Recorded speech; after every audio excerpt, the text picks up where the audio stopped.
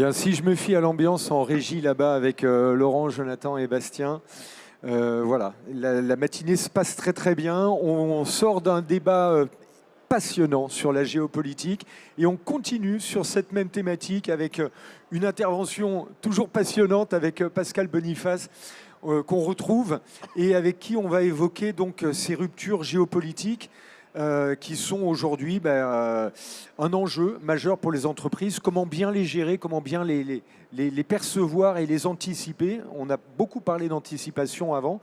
Alors, le sujet de la semaine, c'est quand même les élections américaines avec cette élection haut la main de Trump. On a parlé du grand chelem tout à l'heure. Surprise un peu des commentateurs et des observateurs peut-être de cette victoire facile et l'ampleur aussi de cette victoire est surprenante. Oui, effectivement, tout le monde s'attendait, aussi bien en Europe qu'aux États-Unis. Les sondages donnaient un résultat incertain avec, on avait identifié 7 États pivots, swing states, qui pouvaient basculer et tous les sondages changeaient tous les jours, donnaient parfois l'avantage à Harris, parfois à Trump. Et donc, y compris nos diplomates, l'ambassadeur de France à Washington, les spécialistes, les correspondants, les sondeurs eux-mêmes, les responsables politiques américains. Kamala Harris a été surprise par sa défaite. Et donc, en fait, tout le monde disait, ça va être terrible, ça va jouer peut-être à 30 000 voix dans le Wisconsin, et peut-être qu'on va mettre des semaines avant de connaître le résultat. Donc déjà, grosse erreur des sondeurs, une fois encore, ce qui pose un problème d'ailleurs par rapport à la confiance qu'on leur fait, y compris parfois pour désigner des candidats. Tout à fait. C'est quand même un problème démocratique dont il faut tenir compte. Et effectivement, pour reprendre l'expression d'Arnaud tout à l'heure, le grand chelem pour Trump qui gagne haut la main et donc qui est relégitimé, renforcé, qui a un vrai mandat populaire. Mais en même temps, disons qu'il faut dissiper une illusion. Ça n'aurait pas été un chemin de pétales de rose si Kamala Harris avait été élue.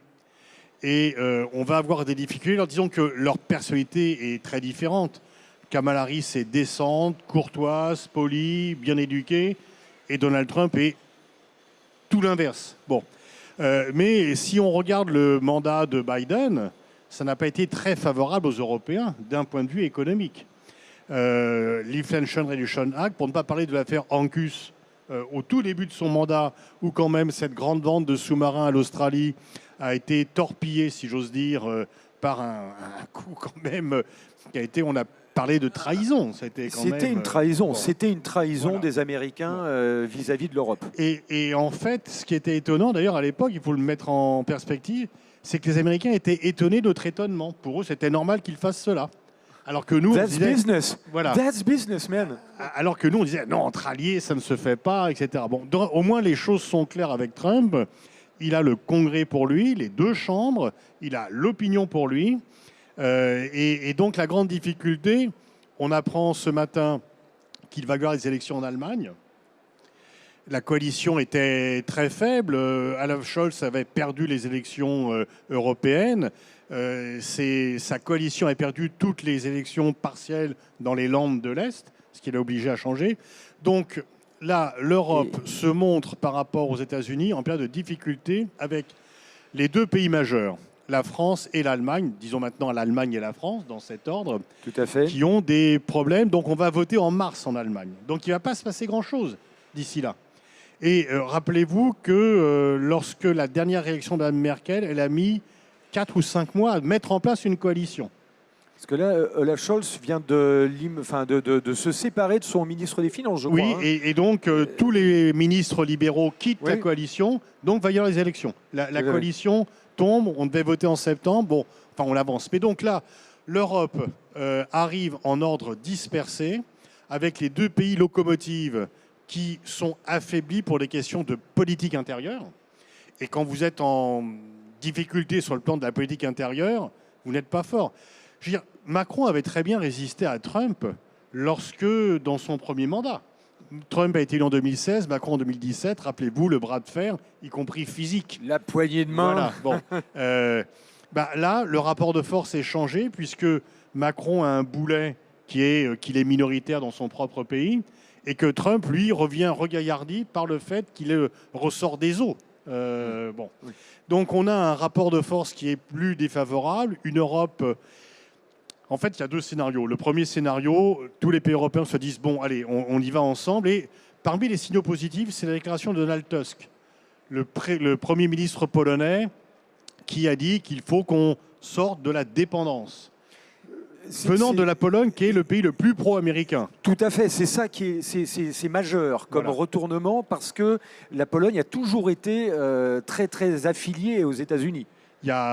Pendant le premier mandat Trump, ils offraient 2 milliards de dollars aux États-Unis pour que les États-Unis construisent une base militaire qu'ils auraient appelée Fort Trump en Pologne. Donc 2 milliards qui venaient des fonds européens par ailleurs. Ouais. Bon, donc est-ce qu'il y aura ce sursaut collectif des Européens ou est-ce que l'on va aller les uns après les autres en ordre dispersé à Mar-a-Lago pour obtenir la clémence du nouveau patron? Et ça, c'est un enjeu. Donc, est-ce qu'on va être un bloc uni et offensif, contre-offensif, ou est-ce qu'on va faire comme les curiaces, divisés? C'est un enjeu majeur. Il y a une réunion de la communauté politique européenne à Hongrie. Orban, lui, se félicite de l'élection de Trump. Il n'en avait pas désespéré. C'est un des seuls amis, on va dire, assez proches de Trump. Il y a le Premier ministre slovaque et lui qui sont proches, qui ont les mêmes conceptions transactionnelles de la vie politique et la même volonté d'avoir des relations différentes avec la Russie. Donc il y a des enjeux majeurs, pour ne pas parler du sort de la guerre en Ukraine. Mais là aussi, il ne faut pas avoir d'illusions. Ça fait longtemps que l'Ukraine a perdu la guerre. Ça fait longtemps que les Américains ont annoncé qu'ils se désengageraient.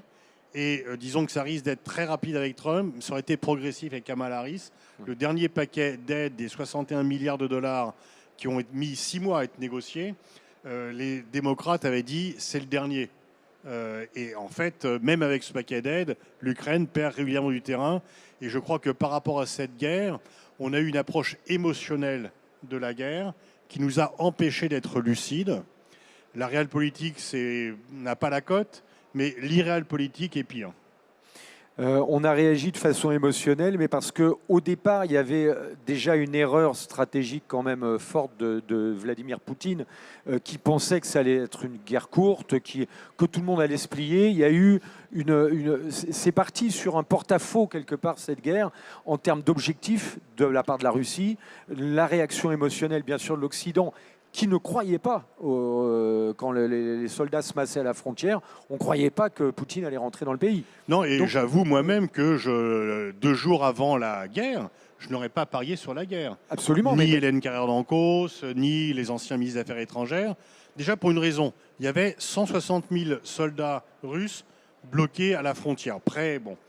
On ne conquiert pas un pays qui à l'époque faisait 40 millions d'habitants avec 160 000 soldats. Ce n'est pas possible. Donc déjà, même s'ils étaient parvenus à Kiev, au bout de quelques temps, ils auraient été foutus dehors, comme les Américains en Afghanistan ou en Irak. En 68, quand les Soviétiques envahissent la Tchécoslovaquie, qui faisait 11 millions d'habitants à l'époque, ils envoient 400 000 soldats. Donc déjà, Poutine a fait une erreur d'appréciation monumentale dont les Ukrainiens ont payé le prix, mais dont ils payent le prix, parce que la Russie va gagner des territoires, mais elle sort affaiblie de cette guerre quand même. Absolument. Et en plus, elle va gagner un territoire sur lequel elle n'a plus de légitimité. Quand on imagine au début de la guerre qu'il y avait quand même beaucoup de liens. Dans la partie du territoire qu'elle a gagné, elle n'est pas légitime en dehors, mais dans la partie du territoire qu'elle a gagné, elle est absolument très largement légitime. Tout à fait, mais disons qu'on va rentrer dans un conflit de population durable pendant des décennies, alors qu'avant il y avait des cousins, disons des familles. Alors d'une part, effectivement, l'Ukraine, déjà en 2014, Poutine a gagné la Crimée, mais il a perdu l'Ukraine.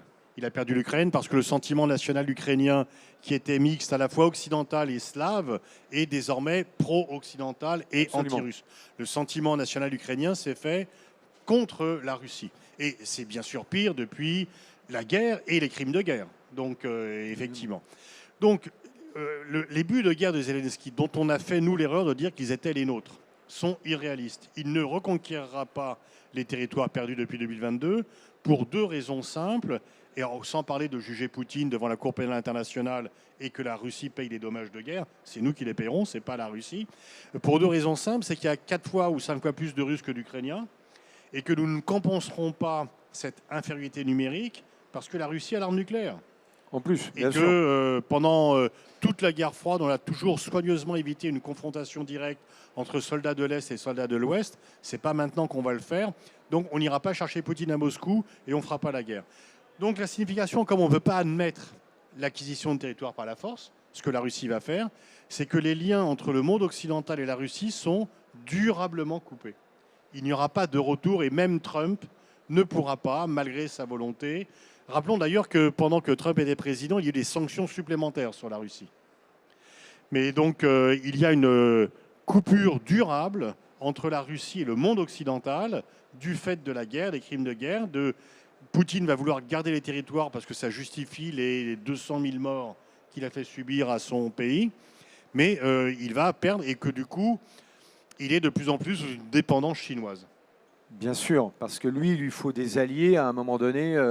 La guerre s'enlise, effectivement, elle peut s'arrêter assez rapidement maintenant que Trump est au pouvoir, par l'absence de financement et de livraison d'armes. Donc ça, mais ça va dans le sens de cette nouvelle composition du monde qu'on a évoquée tout à l'heure, où on voit que la Russie se réaffirme comme un îlot, comme une puissance indépendante, autonome. Avant, on était un peu dans un mix. Ils sont en Europe, ils sont avec l'Asie. On savait, il y avait cette confusion, un peu ce flou. Maintenant, c'est plus flou. C'est un pôle, voilà. Oui. Et c'est là c'est pour ça que Poutine rentrera négativement dans l'histoire de la Russie. Disons que depuis 20 ans, pendant 20 ans, avec brutalité, il avait restauré le statut de la Russie.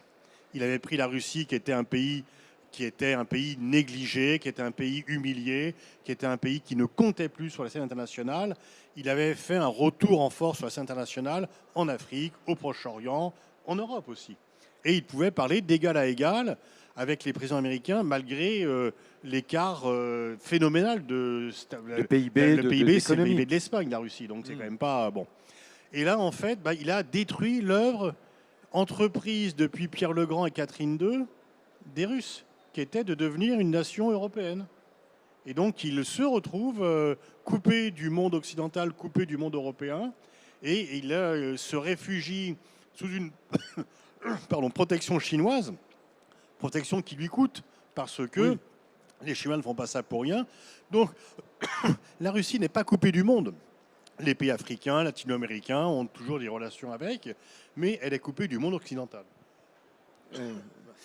Coupée du monde occidental avec, on le voit, des associations et des alliances qui sont vraiment un peu de circonstances, qui ne sont pas quand Xi Jinping reçoit Vladimir Poutine, bon, ils sont amis depuis toujours, mais on sent quand même derrière tout le lien commercial, et puis la prudence des Chinois qui veut absolument pas se mêler finalement de tout ça, qui ont leur propre logique de développement et qui n'ont pas ce côté alliance comme Poutine le sous-entend. Comme il le proclame. Comme il le proclame. Et comme le proclament beaucoup d'observateurs, beaucoup de mes collègues parlent d'une alliance entre la Russie et la Chine. Rien n'est plus faux. Rien n'est plus faux parce que la Russie est coupée du monde occidental, pas la Chine. Et la Chine n'entend pas être coupée du monde occidental parce que c'est vital économiquement pour elle. Et donc vous avez dans cet ensemble des BRICS, par exemple, des pays qui sont, ou du Sud global, des pays qui sont en confrontation avec le monde occidental. C'est la Russie, mais c'est aussi la Corée du Nord, c'est aussi l'Iran, c'est aussi le Venezuela, mais enfin des pays qui ne comptent pas beaucoup quand même. Et la Chine, elle, n'entend pas se couper du monde occidental. Par contre, ce que les Chinois ne veulent pas, c'est qu'il y ait une chute du régime de Poutine. Parce qu'ils ne veulent pas qu'il y ait un régime pro-occidental en Russie, à leurs frontières. Donc ils ont été surpris par la guerre. Poutine n'a pas annoncé la guerre à Xi Jinping.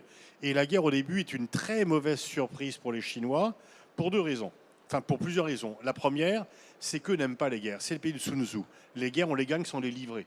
Et on gagne une guerre qu'on n'a pas livrée. Et les Chinois pensent que le cours normal des relations internationales va les conduire à la première place du monde. Une guerre qui vient refermir les liens entre les États-Unis et l'Europe occidentale, ça ne leur plaît pas. Une guerre qui augmente le coût de l'énergie et de l'alimentation, qui sont les deux principaux postes d'importation de la Chine, ça ne leur plaît pas. Et puis là, ils voient d'un œil très irrité l'alliance Corée du Nord-Moscou.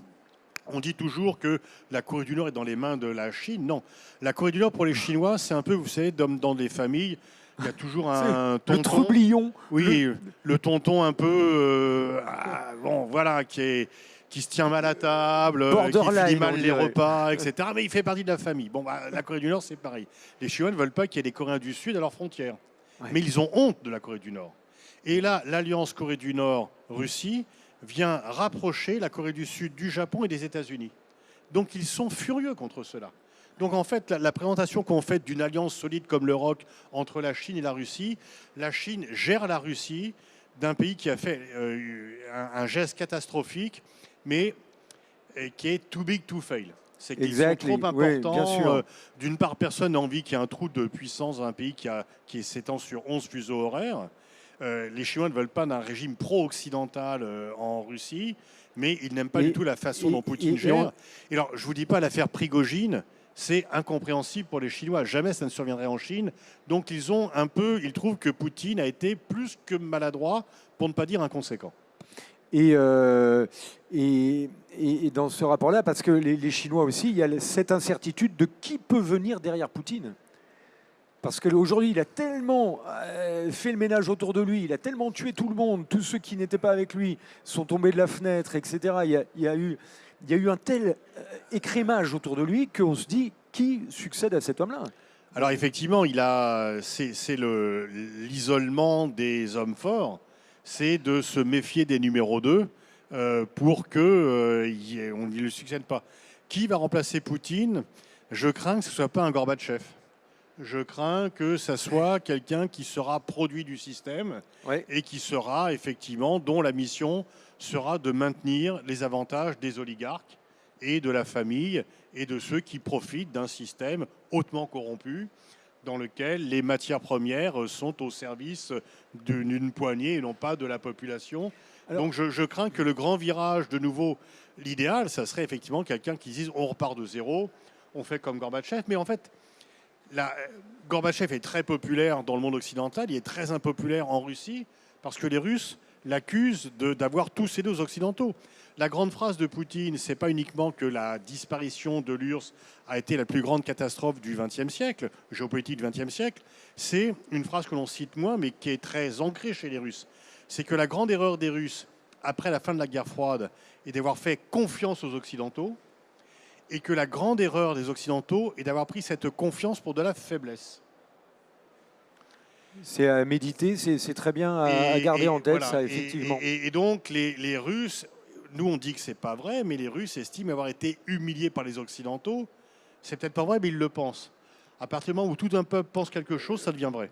Tout à fait. Et Poutine est vraiment sur cette vibration, sur cette sensation primale. Il a voulu justement redorer le blason de la Russie. Et il y a un côté revanche énorme par rapport à cette humiliation. Oui, lui, dès le début de sa carrière, quand il arrive après Boris Eltsine, c'est ça. Vous avez parfaitement raison.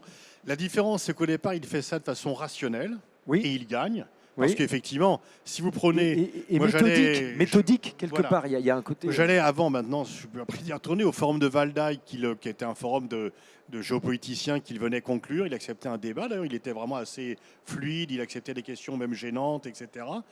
Et à chaque année, j'y suis allé de 2015 à 2021, il disait, regardez où était la Russie quand j'ai pris le pouvoir, regardez où elle est maintenant. Et force était de constater que le statut international de la Russie et le statut économique de la Russie, alors, grâce à l'augmentation du prix du pétrole, etc., la grande erreur de Poutine, c'est de ne pas avoir su transformer la rente énergétique en autre chose. Bon. Mais en tous les cas, pendant très longtemps, il a rehaussé le statut de la Russie, qui était que Obama avait dit que c'est une puissance régionale. Non, c'est une puissance mondiale. Bon. Et puis, eh ben, il a fait le pas de trop, l'erreur, l'Ukraine. Et la grande erreur occidentale, c'est d'avoir en 2008 promis à l'Ukraine d'entrer dans l'OTAN sans la faire entrer dans l'OTAN. Donc elle était vue comme une menace par Poutine parce qu'elle pouvait entrer dans l'OTAN. Mais comme elle n'était pas dans l'OTAN, elle n'était pas couverte. Et d'ailleurs, Biden, avant février 2022, a martelé qu'il ne ferait rien. Ça a été vécu par Poutine comme un feu vert. Voilà, c'est ça. Tu peux y aller, on ne bougera pas. Voilà. On parle là de vraiment des influences, des accords, des alliances de ce Sud global. Si on parlait des modèles tels qu'ils se dessinent aujourd'hui avec une Russie qui est dirigée par des oligarques, on va dire, je sais pas, il y a peut-être 1 millier de personnes et encore plusieurs centaines d'oligarques qui se répartissent toute la richesse du pays. En Chine, on a un peu aussi ce système hyper pyramidal avec un conseil chinois, enfin une grande organisation à la tête du pays. Là, qu'est-ce qu'on est en train de voir aux États-Unis avec le retour de Trump? C'est quand même qu'il est entouré de milliardaires, hein, on ne va pas se mentir. Dans son premier gouvernement 2016-2020, la directrice de l'éducation, la ministre de l'éducation, milliardaire new-yorkaise, etc. Là, on a Elon Musk qui est avec lui. Ils vont s'amuser ensemble, ils vont aller jouer au golf ensemble. Donc, on a cette organisation avec un club de milliardaires qui tient le pays, les oligarques, là. Et nous, en Europe, on est dans quelque chose de beaucoup plus transversal, où on a quelque chose de dilué. Est-ce qu'on n'est pas aussi dans cette nouvelle configuration du monde entre deux grands modèles, entre un pays qui est hyper pyramidal, parce qu'aux États-Unis, il faut quand même voir qu'aujourd'hui, les inégalités se sont creusées, mais à un point extraordinaire. Ils n'exportent que la vision de l'American Dream avec Elon Musk, tout ça, le pays est là. Il y a le fentanyl dans la rue, il y a des centaines de milliers de homeless. Ça devient une industrie, même, les gens dans la rue. Quand on va à San Francisco, qui vivent dans leur voiture, ils ont 30 ans, ils n'ont plus rien, ils n'ont pas de sécu, ils n'ont rien. Donc on a une paupérisation quand même très forte aux États-Unis. Même si on n'en parle pas beaucoup, ça passe, on met le sous le tapis. Donc en fait, il y a ce modèle d'un pays très pyramidal, de 3 grandes puissances. Et nous, en Europe, oui, qu'est-ce qu'on a comme modèle à mettre en face de ça? Le fentanyl, c'est 100 000 morts par an. Oui. C'est vraiment là, le rêve américain.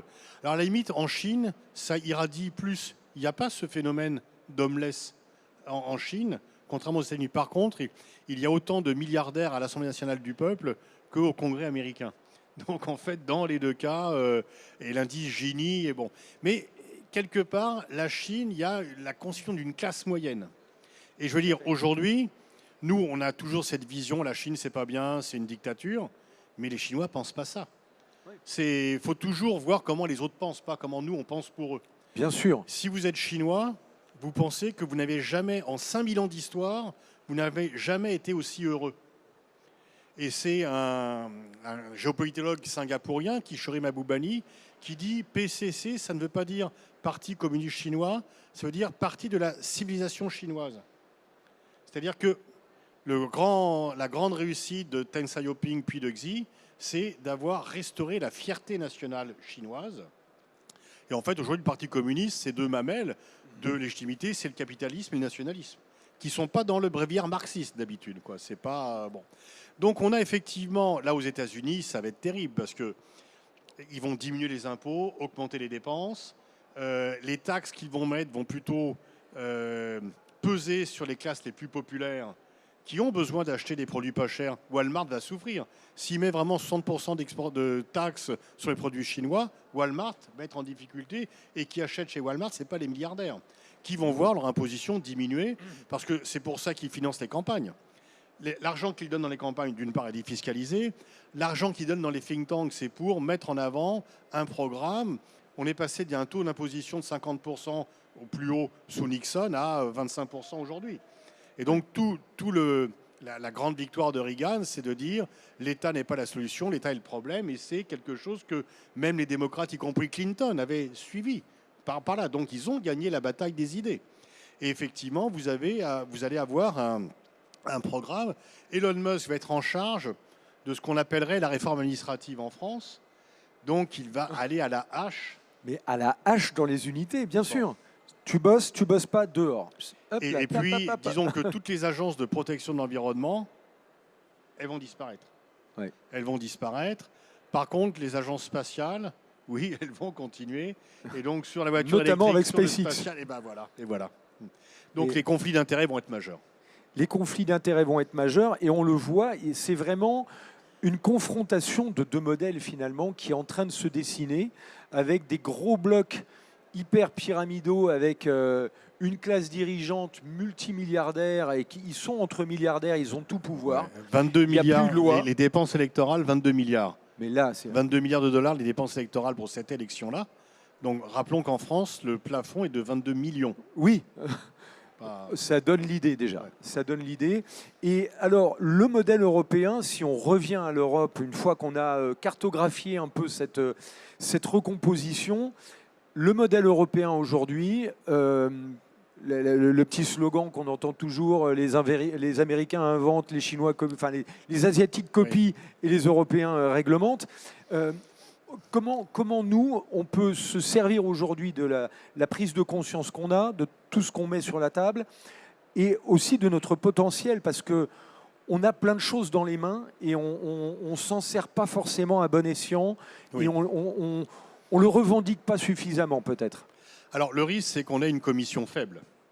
On est une commission faible et pendant que Trump est réélu magistralement en 24 heures, on commence les auditions pour les commissaires. Et en plus, avec deux piliers qui vont partir, Thierry Breton et Margrethe Vestager, qui vont partir chacun l'une et l'autre pour des raisons de politique intérieure, danoise et française, mais qui étaient ceux qui avaient tenu tête Bien aux sûr. GAFAM et qui avaient... Alors, effectivement, ce slogan, ils innovent, les autres copient, les Chinois copient, ou les Japonais. Avant on disait les Japonais, maintenant c'est les Voilà, Chinois, c'est- bon, ouais, les les Asiatiques en Asiatiques, général, en comme vous avez général. raison. Et les de moins en Européens, moins vrai d'ailleurs, parce qu'ils ont une innovation mais qui est les Chinois innovent. extraordinaire. Qui est Les extraordinaire. BATX sont de qualité égale Mais évidemment, on le voit avec GAFAM. TikTok. Et ils quand ont on rien voit à que chercher. c'est assez amusant, d'ailleurs, si vous mettez TikTok sur le tapis, auparavant, c'est les Chinois enfin, ils sont toujours fermés, bien sûr, aux GAFAM, mais auparavant, les pays communistes interdisaient l'exportation de biens culturels chez eux. Aujourd'hui, ce sont les États-Unis qui se méfient de TikTok. Exactement. Bon, voilà, Qui censurent TikTok. Oui. Oui, il y a de la propagande. Bon. Énorme. Alors en fait, le fait de réglementer, ça va être un avantage. Donc oui, pour la commission, est-ce que Van der Leyen va vouloir faire le vil autour d'elle et avoir des commissaires de faible envergure pour être la patronne? On en souffrira tous. On a besoin de commissaires forts, chacun dans leur domaine. Et je crains que le nouveau commissaire français soit moins puissant que l'ancien commissaire français. Ces journées, on parle de voilà. ces journées, hein, monsieur. Et donc, c'est une faiblesse. Mais par contre, le fait de réglementer, quand on voit tous les règlements sur le secteur numérique et sur le secteur de l'environnement, ça peut devenir un avantage parce que les Chinois et les Américains ont besoin d'avoir accès au marché européen. Sur l'environnement, il faut réglementer pour éviter que l'on interdise aux producteurs européens de produire ce qu'on va acheter à l'étranger et qui pourrait rentrer librement, faute de taxes carbone, cela. Vrai aussi pour les produits agricoles. Il serait abracadantesque, pour reprendre une formule, qu'on interdise à nos agriculteurs de produire des formes de produits agricoles qu'on achèterait au Brésil Absolument. sous forme, etc. Donc il faut réglementer. Il faut réglementer. Même sur le numérique, on voit que l'Europe peut tenir tête aux GAFAM. Exact. Et puis même pour prolonger ça, on voit que le RGPD a essaimé de l'autre côté de l'Atlantique et que les Américains ont mis en place ceux derrière. Ils ont réfléchi, ils se sont dit, c'est quand même, ils ont raison d'encadrer et on va le faire aussi. Donc, on voit que nos réglementations ont quand même aussi un impact. Ce qu'il faut faire attention, c'est que l'erreur de l'Europe traditionnelle, c'est d'avoir privilégié le consommateur au producteur. Et donc, on a empêché des fusions, je pense à Alstom et Siemens, etc. Pour protéger, soi-disant, le consommateur, on a empêché des fusions. Mais maintenant, l'heure est à la concurrence avec les géants américains et chinois. Bien sûr. Donc, il y a les trois blocs dont vous parlez. C'est l'Europe, la Chine, les États-Unis. Le rapport Draghi montre bien qu'il y a une perte de compétitivité européenne de 15% sur les 20 dernières années par rapport aux États-Unis et aussi par rapport à la Chine. Donc il faut faire attention, il faut qu'on se dote de géants Parce que pour faire face aux géants, tout en préservant la capacité d'innovation. Et donc, il faut que la réglementation soit une réglementation positive qui nous protège des appétits étrangers, pas qui entrave l'innovation interne. Et qui nous rassemble aussi. Il y a ce côté dans la réglementation de partir d'un bien commun peut-être ou d'une notion ou de concept commun et de dire encourageons ça et ça doit être un lien plus que justement un frein à l'innovation et puis des discussions à perte de vue en disant oui mais nous on aimerait que l'article 3 ça soit le 3.1 etc. Oui. Il faut que ça soit un socle commun. Alors c'est vrai que l'histoire nous divise toujours. On n'a pas la même conception de la Russie si on est balte ou espagnol. On n'a pas la même conception aussi des États-Unis si on veut avoir accès comme les Allemands ou comme les Français. On n'a pas commercialement, on est en concurrence avec les Allemands sur le nucléaire, sur les exportations, etc. Mais en même temps, quelque chose qui peut être rassurant et mobilisateur, c'est de voir ce qui est survenu au Royaume-Uni et le prix du Brexit. D'ailleurs, oui. vous remarquez qu'il n'y a plus de Frexit ou de Neverlandsik. Il en reste un, ce pauvre... oui. Bon, Asselineau, enfin voilà. Son nom. Monsieur Asselineau, oui, effectivement. Bon. Mais disons qu'on voit bien ce qu'a coûté au Royaume-Uni. Bien sûr. Brexit. On parle du Brexit maintenant, du Brexit. Voilà. Après voilà. Le Brexit, c'est le Brexit parce que, et même les Anglais disent on nous a menti, on nous a eu, on nous a trompés. Oui, bien sûr. Il y en a de plus en plus qui ont voté le Brexit. Ils n'avaient qu'à réfléchir avant, voilà. mais effectivement. Voilà. Et même là, l'alternance Ken Starmer arrive au pouvoir avec un handicap majeur. Et d'ailleurs, sur les services publics, sur tout ça. Donc, c'est un coup terrible pour le Royaume-Uni. Et par contre, c'est un avantage exceptionnel pour l'Europe parce que s'il n'y avait pas eu le Brexit, on n'aurait pas pu avoir le plan de relance européen post-Covid. Parce que rappelez-vous qu'il y avait 4 États dits frugaux, les Pays-Bas, la Suède, l'Autriche et le Danemark, je crois, de mémoire. Le Danemark, exact, oui. À eux 4, ils ne pouvaient pas. Avec le soutien du Royaume-Uni, ça aurait été plus difficile. Et donc, quand on se plaint de l'Europe, quand même, la gestion du Covid et la sortie du Covid a été gérée de façon vraiment positive. Tout à fait, mais c'était un peu le bras armé des Américains pour mettre le bazar dans la Commission européenne, l'Angleterre avant. Et là, du coup, les deux sont perdants d'ailleurs, hein, parce que les États-Unis se disent bah, c'est quand même dommage parce qu'on avait ce bras armé, on pouvait négocier facilement. Maintenant, ils sont tous reportés sur l'Irlande. Et maintenant, tous les sièges, Google et autres, ils sont tous en Irlande pour garder un pied quand même en Europe et avoir accès au marché. Et les Anglais aujourd'hui sont un peu isolés parce qu'ils se disaient on sort de l'Europe et on va se rapprocher de notre grand cousin américain. Dans la réalité, bon... Totalement. Disait le grand cousin américain débrouillez-vous, leur conseillait de ne pas faire le Brexit. Déjà. Il trouvait que c'était une erreur. Et même Trump ensuite, l'idée que l'Angleterre, que le Royaume-Uni pèse pour les États-Unis, c'est une illusion. Le grand slogan de Boris Johnson, c'était Singapour sur la Tamise. Bah, en fait, non, ça n'a pas été Singapour sur la Tamise, ça a été un isolement. Et par rapport aux Chinois, par rapport à tout le monde, je veux dire, quand le Royaume-Uni veut faire un bras de fer avec Pékin sur Hong Kong, ils sont un peu isolés quand même. Tout à fait. Effectivement, ils pèsent moins. Pourquoi commercialement, nous, on négocie à 27 avec les Chinois, donc on a un poids réel. Et là, les Britanniques sont tout à fait isolés. Donc ils ont fait l'erreur, et il ne faut pas qu'on fasse la même. Ils pesaient beaucoup plus au sein de l'Union européenne. Évidemment. Maintenant. On parlait tout le temps de l'Angleterre avant, on parlait tout le temps du Royaume-Uni, de l'Angleterre. La décision, Londres a dit ça, Londres a dit ça. Aujourd'hui, Londres, on n'en parle plus. Enfin, la City, même les écoles aujourd'hui sont un peu en déshérence et en chute un petit peu dans le modèle scolaire anglais hyper cher à 40 000 € l'année. C'est en train de descendre. Donc, on a ça. Donc, le modèle européen s'accorder, garder la réglementation et les deux faire exactement un numérique peut-être responsable, un peu encadré, et puis l'environnement. On a vu là pendant cette campagne, et on l'a rappelé tout à l'heure, que vous l'avez dit, les agences sur l'environnement, c'est peanuts aux États-Unis. À un moment donné, ils vont peut-être quand même y venir. Les Américains n'ont pas la conscience en tant que peuple des changements climatiques parce qu'il y a une telle ressource dans leur pays que ils se disent bon. Ils l'ont à moitié.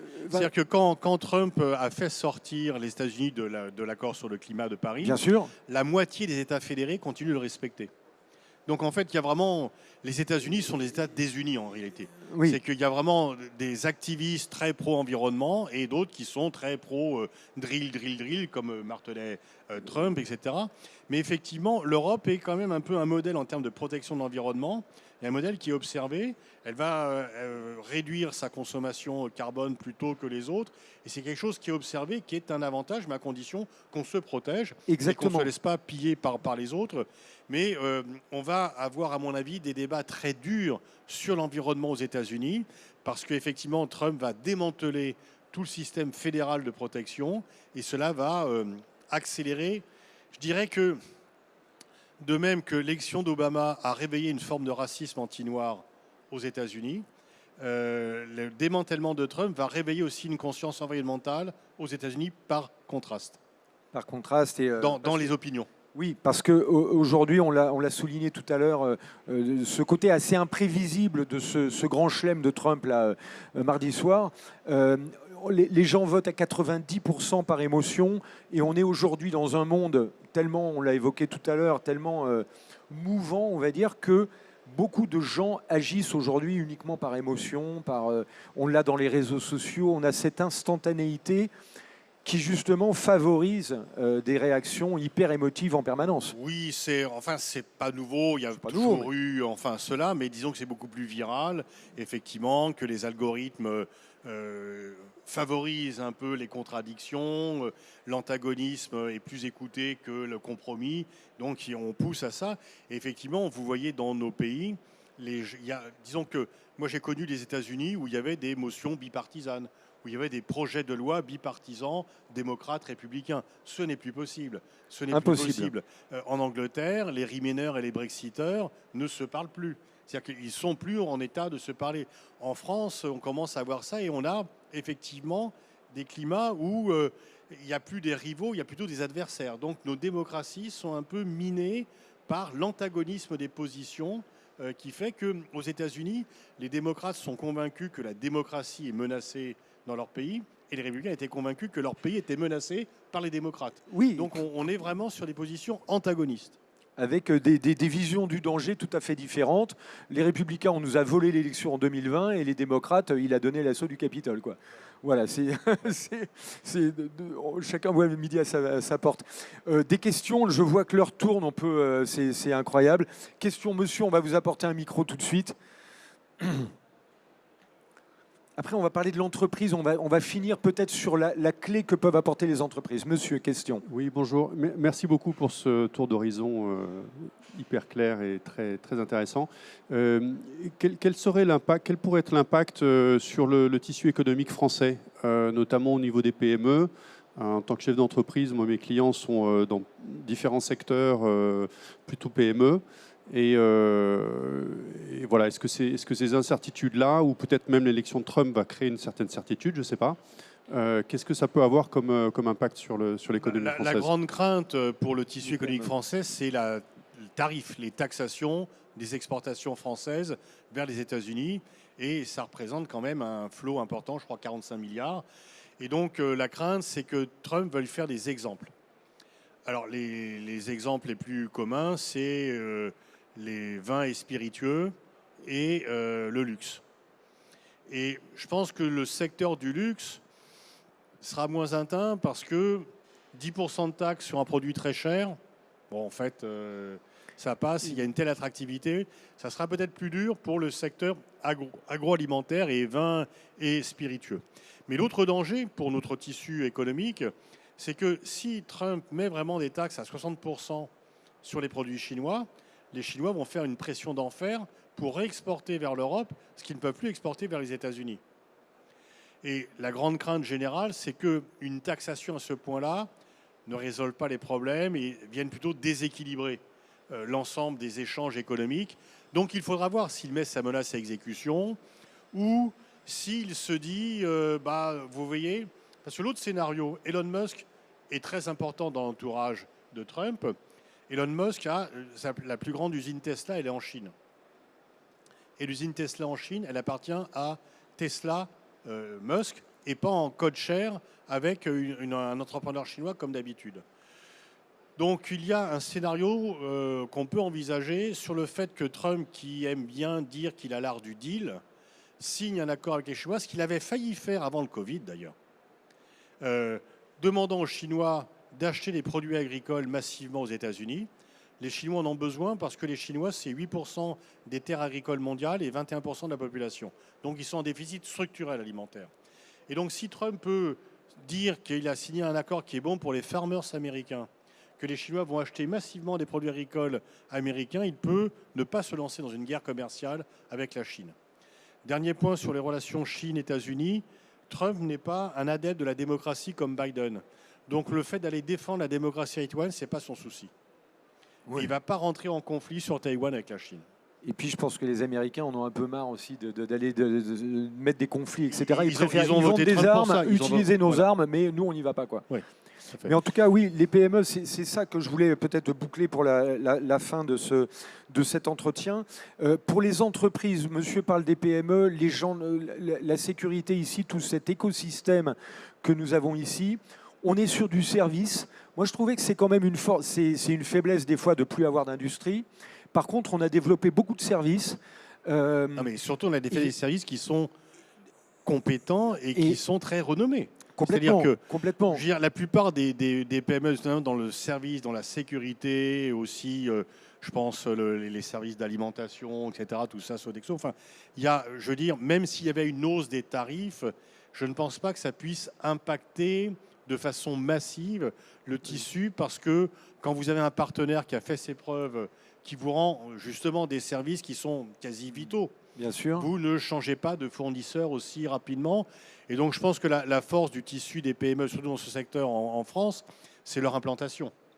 Et c'est le fait qu'il y a une ancienneté, un tissu de confiance. Vous ne changez pas de fournisseur parce qu'il y a une petite augmentation des taxes. Il faudra voir si elle atteint tous les secteurs.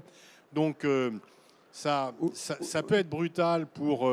je pense qu'il va y avoir des problèmes pour les grands géants. Parce que Airbus, voilà. Ouais, forcément, Exactement. parce que Boeing est en train de couler. Donc Trump, il va dire il faut qu'on rabaisse un peu le caquet d'Airbus, parce que là, Boeing est dans une situation catastrophique. Et c'est le symbole. C'est le symbole, c'est les Américains, enfin c'est l'avion américain. Donc là, Airbus, je pense qu'il se prépare en interne à ce que ça soit assez dur en termes de négo avec les Américains. En même temps, ils ne peuvent plus fournir. Oui, c'est ça. Bon, il faut des avions quand même, parce que là, bon. Mais c'est vrai que pour les PME, ça va être beaucoup plus loin, dans un deuxième rideau peut-être, et puis oui, parce que il n'y a pas la visibilité, il n'y a pas la visibilité symbolique que Trump cherche à avoir. Ce qu'il veut, lui, c'est apparaître comme le vainqueur, apparaître comme celui qui a apporté des solutions, comme celui qui a restauré, qui make America great again. Et donc, c'est pas vraiment en s'attaquant à des PME françaises qu'il pourra dire ça. Il va chercher des grands symboles. Oui, le vin, oui, Airbus, etc. Et moins le luxe, parce qu'il est quand même assez sensible. Ses électeurs aussi sont assez sensibles à ça. Bien sûr, le luxe, quand même presque plus de 20% du PIB français. Un gros secteur qui va quand même, qui connaît des turbulences, parce qu'on avait une grande clientèle russe qui s'est un peu estompée. Avec les Chinois, on garde ça, mais les Américains moins.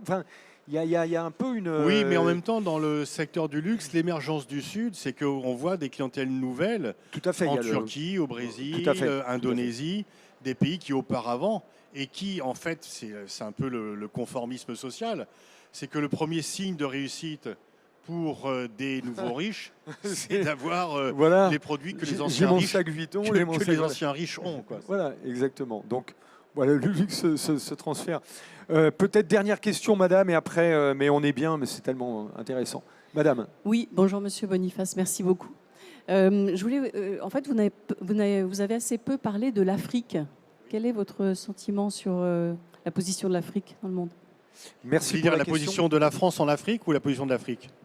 Position de l'Afrique sur la scène internationale. Okay. En fait, l'Afrique était un peu le continent oublié de la mondialisation. Maintenant, c'est un continent qui est multicourtisé. Tout le monde y est. D'où nos difficultés. Auparavant, on avait un monopole. Maintenant, sont présents en Afrique. Il y a eu un retour de la Russie, alors qui n'est pas très productif, parce que les Maliens et Burkinabés vont s'apercevoir que Wagner ou Africa Corps, ce n'est pas meilleur. Mais ils ne sont pas là pour apporter la sécurité, ils ne sont pas là pour garantir les régimes. C'est tout. Mais vous avez les Turcs qui sont très présents, les Émiratis, les Brésiliens. Et avec Lula, retour en force parce que Bolsonaro s'était retiré. Nous là, bon, les Chinois, les Japonais, les Coréens, et donc il y a en fait un fourmillement en Afrique. Le grand problème, c'est l'industrialisation du continent. L'autre grand problème, c'est la lacune en intelligence artificielle. Il n'y a pas beaucoup de data centers en Afrique et s'il ne rattrape pas le retard, il peut devenir irrémédiable. Et par rapport à la France, nous avons des difficultés en Afrique francophone parce qu'on a vécu sur une rente, on n'a pas écouté les signaux d'alerte. Moi, ma chercheuse Afrique m'avait dit 1 an avant, il y a un risque de coup d'État au Niger. On envoyait des notes au Quai d'Orsay, on disait non, circuler, rien à voir. Bah si, quand même. Mais par contre, dans l'Afrique lusophone et en Afrique anglophone, on a des positions, la France a toujours des positions solides. Donc oui, il y a beaucoup d'incertitudes, mais je rejoindrai je crois que c'est une réflexion de la première table ronde. Il y a des risques, mais c'est aussi là où il y a des risques, il y a des opportunités. Et donc, vous avez des cas vraiment, disons, très mauvais, le Soudan, le Zimbabwe, la RDC, mais je pense que la RDC est en train de se rétablir et à force va échapper à l'emprise du Rwanda, et c'est un potentiel formidable aussi en RDC. Donc pour ne pas parler, alors l'Éthiopie bien sûr a les problèmes internes de guerre, mais le Kenya, l'Angola, le Mozambique, c'est des pays qui montent et qui ont enfin voilà, qui ont des taux de développement extrêmement intéressants. Qui ont du potentiel. Et c'est vrai qu'on a le même problème qu'en Europe, en Afrique, c'est aussi ce morcellement de plein de pays qui ont des puissances, des ressources. Oui, mais il y a de plus en plus d'unités africaines. Il y a une unité quand même qui se crée. Pardon, la communauté des États d'Afrique de l'Ouest a une vraie existence qui n'était pas le cas auparavant. Ils ont pris des sanctions contre les putschistes. Et il y a de plus en plus de décisions au sein de l'Union africaine, d'où d'ailleurs le retour du Maroc, que j'ai oublié de citer dans la liste. Vous prenez les cartes aériennes de la Royal Air Maroc, de Turkish Airlines sur l'Afrique, c'est assez intéressant. Carrément. Merci pour la question. Eh ben, on est au bout déjà. Oh là là. Bon.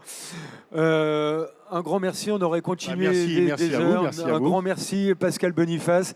On peut vous applaudir très fort. Merci à vous.